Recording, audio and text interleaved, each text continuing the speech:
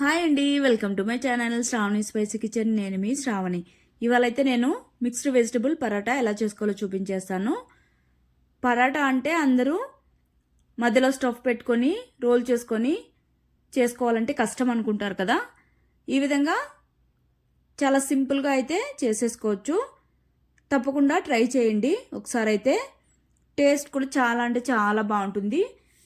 ఈ పరాటాలు అయితే సాఫ్ట్గా భలేగా ఉంటాయి తినడానికి కూడా. సపరేట్గా కర్రీ కూడా ఏం అవసరం లేదు. మ్యాంగో పికెల్తో కానీ లేదు అంటే పెరుగుతో కానీ చాలా సింపుల్గా అయితే తినేసేయచ్చు. ప్రాసెస్ ఒకటి, వెజిటేబుల్స్ చాప్ చేసుకోవడం ఒకటి లేట్ అవుతుంది, కానీ మిగిలిన ప్రాసెస్ కూడా చాలా సింపుల్గా అయిపోతుంది. తప్పకుండా అయితే ట్రై చేయండి. అలానే హెల్దీ కూడా. అన్ని వెజిటేబుల్స్, అందులోనూ తినని వెజిటేబుల్స్ ఇలా వేసుకొని తినడం వల్ల చాలా ఇష్టంగా కూడా తినేస్తారు. లేట్ చేయకుండా ప్రాసెస్లోకి అయితే వెళ్ళిపోదాం. ముందుగా అయితే ఈ విధంగా అయితే మీకు నచ్చిన వెజిటేబుల్స్ అయితే తీసుకోవచ్చు. నేనైతే ఇక్కడ క్యారెట్, బఠానీ, బీన్స్ అలానే క్యాలీఫ్లవర్ని ఈ విధంగా అయితే వేడి నీళ్ళలో వేసి పెట్టుకున్నాను. తర్వాత ఇప్పుడైతే ఒక్కొక్కటిగా ఈ విధంగా అయితే చాపర్లో వేసుకొని చాప్ చేసుకుంటున్నాను. లేదు అంటే సన్నగా కట్ చేసుకున్నా పర్లేదు, లేదు అంటే తురుముకున్నా పర్లేదు.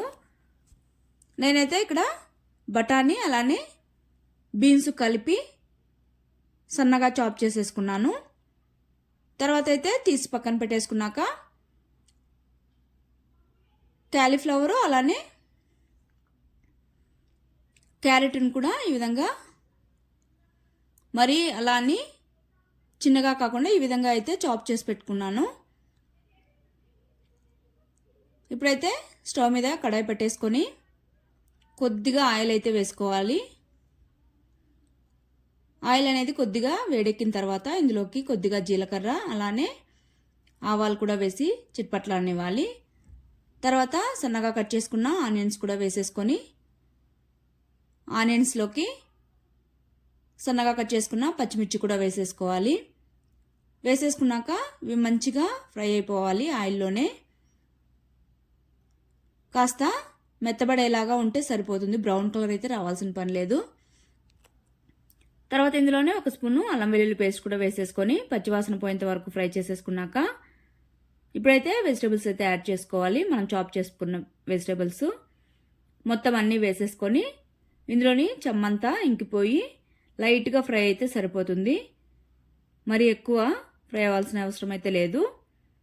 ఈ విధంగా ఒక 2-3 నిమిషాల పాటు మంటను సిమ్లో పెట్టుకొని ఫ్రై చేసేసుకోవాలి. ఫ్రై అయ్యాక ఇందులో రుచికి తగినంత సాల్ట్ అలానే పసుపు, మీ స్పైస్కి తగ్గట్టయితే కారం వేసుకోవాలి.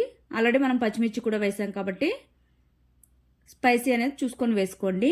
తర్వాత 1/2 స్పూను వేయించిన జీలకర్ర పొడి, 1/2 స్పూన్ దాకా ధనియాల పొడి అలానే 1/2 స్పూన్ గరం మసాలా వేసేసుకోవాలి. వేసుకున్న తర్వాత మొత్తం ఒకసారి బాగా మిక్స్ చేసుకొని మంటను లో ఫ్లేమ్లో పెట్టుకొని మనం వేసిన మసాలాలన్నీ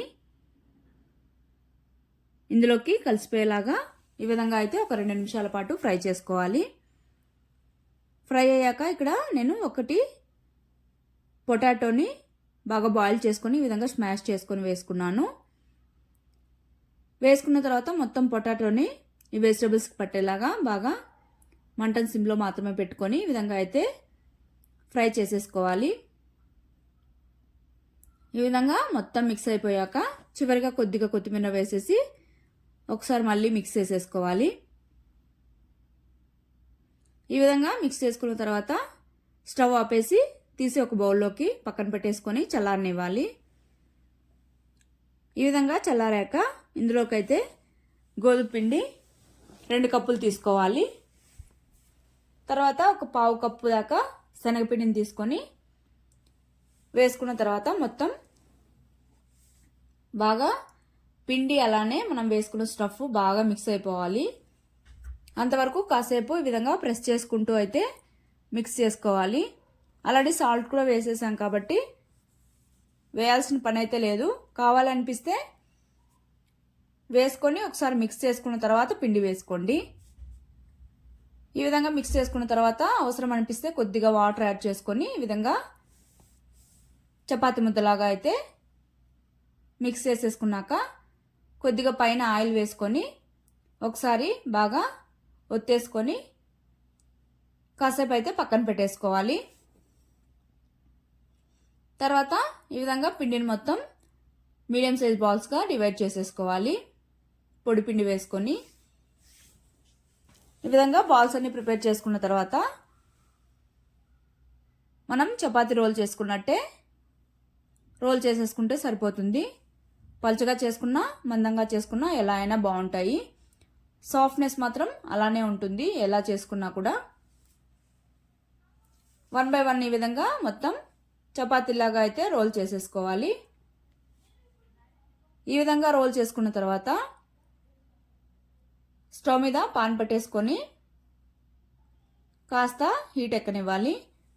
హీట్ ఎక్కాక మనం రోల్ చేసి పెట్టుకున్న పరాటాలు మొత్తం 1 by 1 ఈ విధంగా వేసుకొని పైన కొద్దిగా బటర్ కానీ లేదా నెయ్యి కానీ లేదా ఆయిల్ కానీ 1 స్పూన్ వేసేసుకొని ఈ విధంగా రెండు వైపులా మంచి కలర్ వచ్చేంత వరకు ఫ్రై చేసుకుంటే సరిపోతుంది. ఆల్రెడీ మనం వెజిటేబుల్స్ కూడా వేయించుకున్నాం కాబట్టి మరీ ఎక్కువసేపు కుక్ అవ్వాల్సిన పని లేదు. మనం నార్మల్గా చపాతీ ఎలా ఫ్రై చేసుకుంటామో అలా చేసుకుంటే సరిపోతుంది. దీన్ని అయితే మాత్రం పెరుగు కానీ పికిల్ కాంబినేషన్తో తింటే మాత్రం అద్భుతంగా ఉంటుంది. తప్పకుండా ట్రై చేయండి. బాయ్.